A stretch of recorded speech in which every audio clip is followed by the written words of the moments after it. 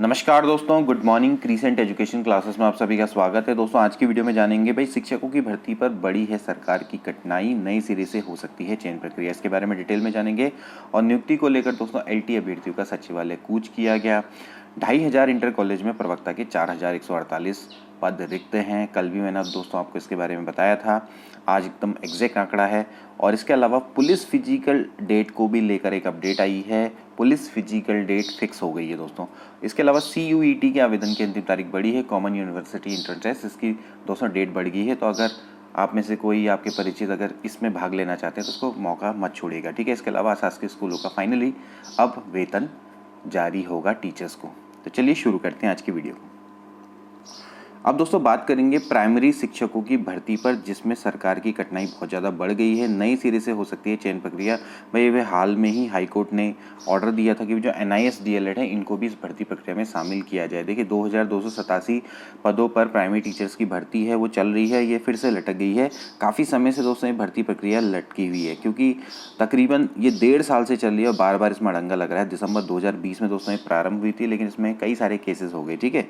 अब सरकार क्या है कि वो NIS DLED वालों को इसमें शामिल नहीं करना चाहती है, लेकिन NIS DLED वाले लगातार मांग कर रहे हैं कि हमें इसमें शामिल किया जाए। फिर उसके बाद NCT है, NCT ने भी दखल दिया। इसके अलावा फिर अब हाई कोर्ट का अड़ंगा आ गया है, ठीक है। तो इसके बाद देखिए NCT ने भी जब इन प्रशिक्षकों को प्राइमरी टीचर बनने का पात्र बताया, तो फिर जो हमारे डाइट के DLED प्रशिक्षित हैं वो इसके विरोध में आ गए, ठीक है। तो इससे असमंजस की स्थिति यहाँ पर अभी फिलहाल बनी हुई है और भर्ती प्रक्रिया थोड़ा सा ठंडे बस्ते में चल रही है। लेकिन फिर भी काफ़ी रुकावट आई, लेकिन फिर से प्राइमरी टीचर्स की भर्ती शुरू हुई। लेकिन अब हाईकोर्ट ने 28 अप्रैल को एक आदेश दिया, जिसमें कि कहा गया कि NIS DLED प्रशिक्षकों को भी प्राथमिक शिक्षक भर्ती में शामिल किया जाए, ठीक है। और इस आदेश के बाद प्राथमिक शिक्षा निदेशालय ने जिलेवार शिक्षकों की चयन की प्रक्रिया रद्द करने के साथ ही काउंसलिंग पर भी रोक लगा दी है, ठीक है।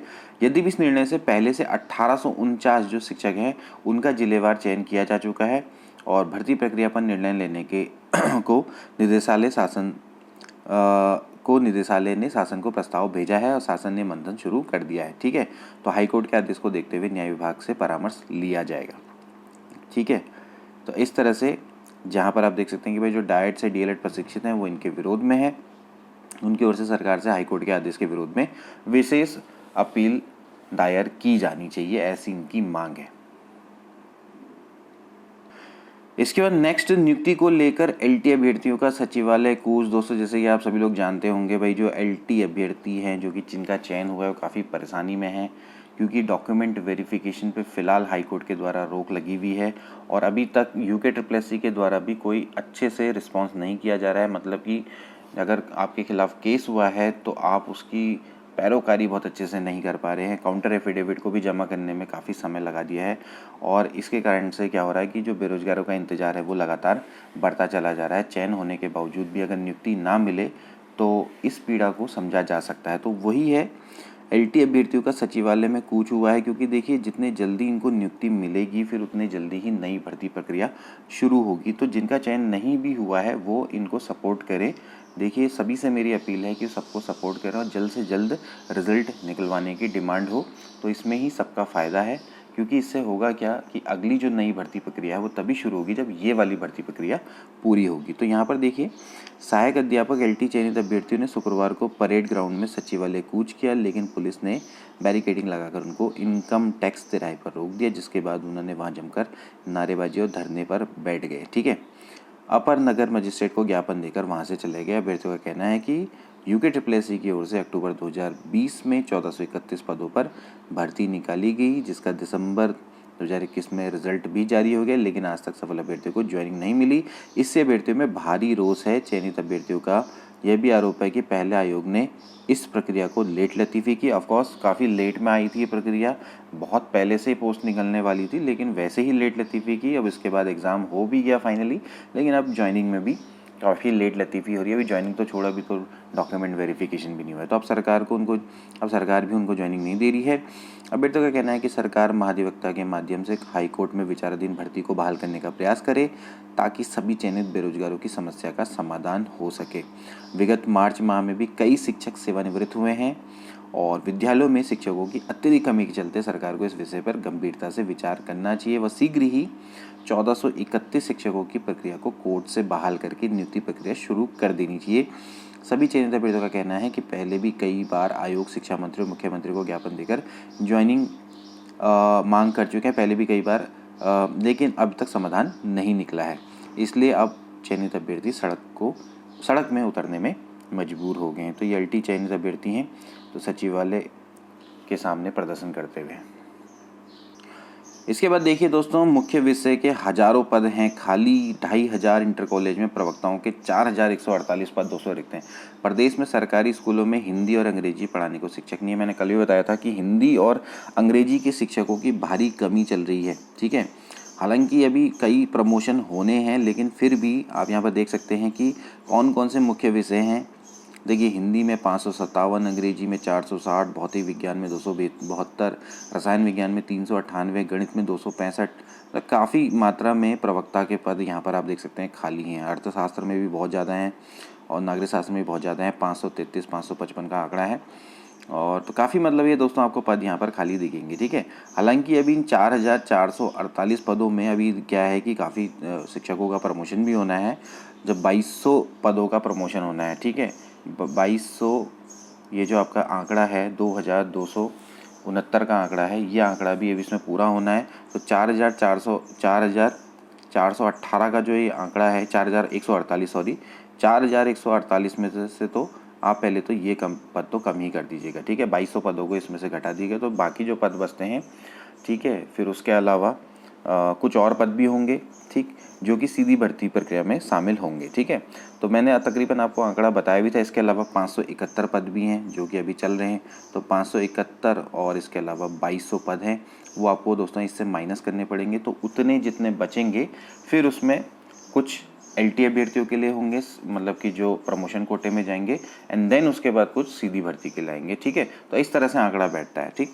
तो काफ़ी मात्रा में अभी देख सकते हैं कि आप लेक्चरर के पद इस समय पर खाली हैं और नई भर्ती प्रक्रिया जल्दी ही होगी और जल्द ही जो लेक्चरर का फाइनल रिजल्ट है वो दोस्तों आपको देखने को मिलेगा। फिलहाल अभी लेक्चरर भर्ती पर कोई भी विवाद नहीं है, फिलहाल कोई केस तो नहीं आया सुनने में, ठीक है। तो जल्दी ही आयोग के द्वारा इसका रिजल्ट जारी कर दिया जाएगा एंड देन उसके बाद नई भर्ती प्रक्रिया प्रवक्ता की जल्दी ही शुरू हो जाएगी, ठीक है। अब बात करेंगे दोस्तों पुलिस फिजिकल अपडेट की। देखिए, प्रेषक हैं पुलिस उप महानिरीक्षक कार्मिक उत्तराखंड पुलिस मुख्यालय देहरादून, सचिव उत्तराखंड अधीनस्थ सेवा चयन आयोग को दोस्तों ये भेजा गया है इनका लेटर। तो इनके पत्र का संदर्भ ग्रहण करते हुए आरक्षी संवर्ग के अंतर्गत आरक्षी जनपदीय पुलिस, जिसमें आपके पीएसी के पद हैं, फायरमैन के पद हैं, ठीक है, मतलब कुल मिला के 1521 पद हैं, ठीक है। तो इन 1521 पदों की फिजिकल होनी है, ठीक है। तो इसके बारे में तिथियों को निर्धारित कर सूचित करने की अपेक्षा की गई थी। यूके ट्रिपल ने लेटर भेजा होगा और इनसे पूछा होगा कि भाई फिजिकल आप कब कराएंगे, हमें डेट बता दीजिए।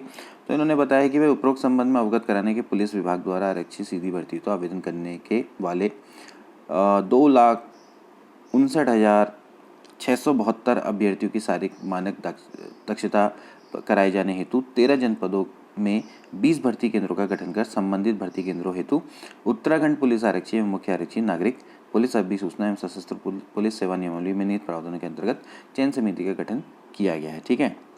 तो इसमें आप देख सकते हैं कि उपरोक्त भर्ती केंद्रों में आरक्षी भर्ती हेतु आवेदन करने वाले अभ्यर्थियों के शारीरिक मानक दक्षता परीक्षण कब से होगा, 15/5/2022 से, ठीक है। यानी कि 15 मई से दोस्तों आपका फिजिकल इनके द्वारा निर्धारित किया गया कराई जाने तथा उक्त शारीरिक मानक जो आपका फिजिकल टेस्ट है हेतु 60 दिवस का समय निर्धारित, यानी कि 2 महीने दोस्तों ये तकरीबन चलेगा, ठीक है। और प्रत्येक भर्ती केंद्र में 400 अभ्यर्थियों का फिजिकल होगा, ठीक है। और साथ ही जनपद चंपावत में संपन्न होने वाले विधानसभा उपचुनाव के दृष्टिगत दिनांक 29, 30, 31 एवं 3 तक अभ्यर्थियों का फिजिकल नहीं कराए जाने का निर्णय लिया गया, ठीक है। तो भाई आपको पता है चंपावत में तो उपचुनाव चलेंगे, ठीक। मुख्यमंत्री धामी वहाँ से अभी चुनाव लड़ेंगे क्योंकि अभी फ़िलहाल वो किसी भी सीट में नहीं है, ठीक है। और कांग्रेस ने उनके खिलाफ निर्मला गहतोड़ी को उतार दिया अभी फ़िलहाल, ठीक है। तो यहाँ पर अभी उपचुनाव होगा तो उस कारण से अभी यहाँ पर कोई भी फिजिकल नहीं होगा, ठीक है। तो यहाँ पर आप समझ गए होंगे दोस्तों कि 15 मई को आपका फिजिकल डेट फिक्स कर दी गई है। इसके अलावा दोस्तों CUET की डेट बढ़ा दी गई है। 22 मई तक आप दोस्तों आवेदन कर सकते हैं कॉमन यूनिवर्सिटी एंट्रेंस टेस्ट। देखिए केंद्रीय विश्वविद्यालय में स्नातक कक्षाओं में प्रवेश के लिए पहली बार देखिए CUET संयुक्त विश्वविद्यालय प्रवेश परीक्षा होने वाली है और इस परीक्षा के आवेदन भरने की जो अंतिम तिथि है वो 22 मई तक विस्तारित कर दी गई है। अंतिम तिथि आगे खिसकने से इंटरमीडिएट कर रहे छात्र छात्राओं को केंद्रीय विश्वविद्यालय में प्रवेश के आवेदन के लिए 12 दिन का मौका मिल गया है। तो अगर आप या आपके कोई परिचित हैं अगर वो करना चाहते हैं तो आप उनको ज़रूर ये जानकारी दें, क्योंकि अब यहाँ पर ये बहुत अच्छा रूल बना दिया गया है कि अगर आप ये CUET देते हैं, कॉमन यूनिवर्सिटी एंट्रेंस टेस्ट देते हैं, तो आप इससे बहुत अच्छी यूनिवर्सिटी में दाखिला ले सकते हैं केंद्रीय विद्यालय लेवल की। क्योंकि पहले क्या होता था, केवल परसेंटेज के आधार पर ही सिलेक्शन होता था, लेकिन अब ये आपके परसेंटेज भले ही कम भी है लेकिन इसमें एक निश्चित मानक है 60% शायद आई थिंक चाहिए, तो उतना तो अब जनरली आज के ज़माने में लोग कर ही लेते हैं। तो इंटरमीडिएट में अगर 60% है या हो सकता है इससे भी कम हो, अभी मेरे को इसके बारे में ज़्यादा जानकारी नहीं है, तो लेकिन ये है कि आप उसके बाद आप जो इंग्लिश स्कूल से पढ़ के 80-90% लाते हैं उनके संग आप compete कर सकते हैं, क्योंकि आपको एक कॉमन यूनिवर्सिटी एंट्रेंस देना होगा। तो अब आपका सिर्फ परसेंटाइल के आधार पर सिलेक्शन नहीं होगा, इसके बाद आपका एक कॉमन जो आप टेस्ट देंगे उसके आधार पर आपका सिलेक्शन होगा। तो अब इंटर की परसेंटेज उतनी मायने नहीं रह जाएगी, तो आप एक बेहतरीन यूनिवर्सिटी में दाखिला ले सकते हैं। तो ये ज़रूर जानकारी शेयर करें अपने परिचितों को। इसके बाद फिलहाल अशासकीय स्कूल के शिक्षकों को अब मिलेगा वेतन। काफ़ी समय से वेतन का इंतजार कर रहे थे, 3 महीने से वेतन के लिए तरस रहे थे अशासकीय स्कूल के शिक्षक। फाइनली उनके लिए अच्छी खबर आई है कि भैया स्कूलों के अनुदान के लिए 166 करोड़ रुपए जारी कर दिया गया, ठीक है। यही दोस्तों कमी रहती है अशासकीय स्कूल में और प्योरली गवर्नमेंट में। देखिए जो अशासकीय स्कूल होते हैं ये सरकारी अनुदान पर आधारित होते हैं। सरकार इनके लिए क्या करती है, बार बार बजट निकालती है और इनको अनुदान देती है, ग्रांट देती है। जैसे कि UGC ग्रांट देता है किसको, हमारी राज्य की यूनिवर्सिटीज़ को, ठीक है, विश्वविद्यालय को, ठीक है। तो ऐसे दोस्तों ये भी क्या करता है, अनुदान देता है। अब अनुदान का क्या है कि जब तक आप दे रहे हो तब तक वाली बात है, इसके लिए ये सरकार बाध्य नहीं होती है, ठीक है। तो हो सकता है कि आपका जो वेतन है वो 3 महीने में आए, 4 महीने में आए, 5 महीने में आए, कोई फिक्स नहीं है। तो सरकार जब अनुदान देगी तो उसी के हिसाब से होगा, ठीक है। इसीलिए लोग क्या करते हैं, ज़्यादातर प्रेफर करते हैं प्योरली गवर्नमेंट यानी कि सरकारी जॉब को, ठीक है।